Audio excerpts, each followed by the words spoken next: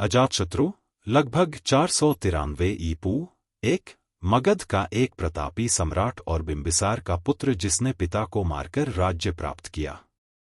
इस प्रकार अजातशत्रु मगध साम्राज्य का राजा था। उसने अंग, लिच्छवी, वज्जी, कोसल तथा काशी जनपदों को अपने राज्य में मिलाकर एक विस्तृत साम्राज्य की स्थापना की। अजातशत्रु के समय की सबसे महान घटना बुद्ध का महापरिनिर्वाण थी, 483 ईपू। उस घटना के अवसर पर बुद्ध की अस्थि प्राप्त करने के लिए अजातशत्रु ने भी प्रयत्न किया था और अपना अंश प्राप्त कर उसने राजगृह की पहाड़ी पर स्तूप बनवाया। आगे चलकर राजगृह में ही वैभार पर्वत की सप्तपर्णी गुहा से बौद्ध संघ की प्रथम संगीति हुई, जिसमें सुत्त पिटक और विनय पिटक का संपादन हुआ। यह कार्य भी इसी नरेश के समय में संपादित हुआ। बिंबिसार ने मगध का विस्तार पूर्वी राज्यों में किया था, इसलिए अजातशत्रु ने अपना ध्यान उत्तर और पश्चिम पर केंद्रित किया। उसने कोसल एवं पश्चिम में काशी को अपने राज्य में मिला लिया। वृजी संघ के साथ युद्ध के वर्णन में महाशिला कंटक नाम के हथियार का वर्णन मिलता है, जो एक बड़े आकर का यंत्र था। इसमें बड़े बड़े पत्थरों को उछलकर मार जाता था। इसके अलावा रथ मुशल का भी उपयोग किया गया। रथ मुशल में चाकू और पैने किनारे लगे रहते थे। सारथी के लिए सुरक्षित स्थान होता था, जहां बैठकर वह रथ को हाँककर शत्रुओं पर हमला करता था। एक पाली ग्रंथों में अजातशत्रु का नाम अनेक स्थानों पर आया है, क्योंकि वह बुद्ध का समकालीन था और तत्कालीन राजनीति में उसका बड़ा हाथ था। 2. उसका मंत्री वत्सकार कुशल राजनीतिज्ञ था, जिसने लिच्छवियों में फूट डालकर साम्राज्य का विस्तार किया था। कोसल के राजा प्रसेनजित को हराकर अजातशत्रु ने राजकुमारी वजिरा से विवाह किया था, जिससे काशी जनपद स्वतः यौतुक रूप में उसे प्राप्त हो गया था। इस प्रकार उसकी इस विजिगीषु नीति से मगध शक्तिशाली राष्ट्र बन गया। परंतु पिता की हत्या करने के कारण इतिहास में वह सदा अभिशप्त रहा।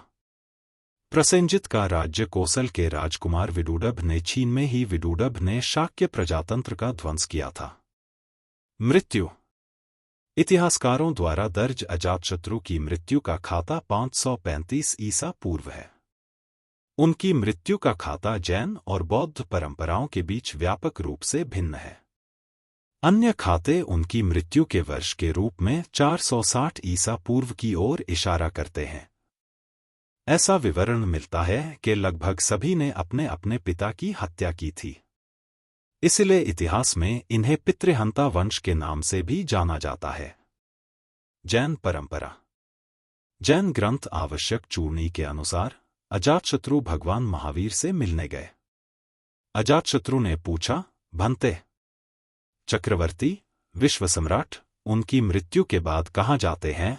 भगवान महावीर ने उत्तर दिया कि एक चक्रवर्ती यदि कार्यालय में मरते समय 7वें नरक में जाता है, जिसे महात्मा प्रभा कहा जाता है, और अगर एक साधु के रूप में मर जाता है तो निर्वाण प्राप्त करता है। अजातशत्रु ने पूछा, तो क्या मैं निर्वाण प्राप्त करूंगा या 7वें नरक में जाऊंगा? उन्होंने जवाब दिया, उनमें से कोई भी नहीं, तुम 6ठे नरक में जाओगे। अजातशत्रु ने पूछा, भंते, तब मैं चक्रवर्ती नहीं हूं? जिस पर उन्होंने जवाब दिया, नहीं, तुम नहीं हो।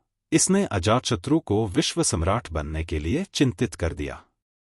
उन्होंने 12 कृत्रिम गहने बनाए और दुनिया के 6 क्षेत्रों की विजय के लिए तैयार किए।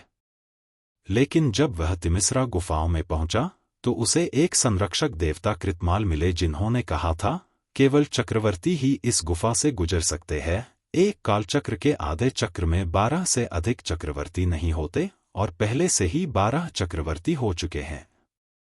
इस पर अजातशत्रु ने अहंकार पूर्वक कहा, फिर मुझे 13वें के रूप में गिनो और मुझे जाने दो, वरना मेरी गदा इतनी मजबूत है कि तुम यम तक पहुंच सको।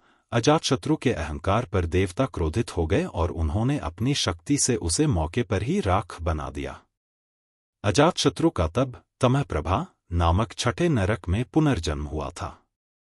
धर्म जैन धर्म का पहले उपांग में भगवान महावीर और अजातशत्रु के रिश्ते के बारे में जानने को मिलता है। यह वर्णन करता है कि अजातशत्रु ने भगवान महावीर स्वामी को सर्वोच्च सम्मान में रखा था। इसी ग्रंथ में यह भी कहा गया है कि अजातशत्रु के पास भगवान महावीर स्वामी की दिनचर्या के बारे में रिपोर्ट करने के लिए एक अधिकारी था। उसे इस कार्य के लिए भारी रकम मिलती थी। अधिकारी के पास एक विशाल नेटवर्क और सहायक फील्ड स्टाफ था, जिसके माध्यम से वह अधिकारी भगवान महावीर के बारे में सभी जानकारी एकत्र करता और राजा को सूचना देता था। उवई सूत्र में भगवान महावीर स्वामी का चंपा शहर में आगमन, अजातशत्रु द्वारा उन्हें दिखाया गया सम्मान और भगवान महावीर के अर्धमगधी में उपदेश के बारे में विस्तृत वर्णन और प्रबुद्ध चर्चा की गई है। अजातशत्रु एक बौद्ध अनुयायी थे। भगवान बुद्ध के निर्वाण के बाद प्रथम बुद्ध धम्म संगीति का राजगीर में आयोजन किया था।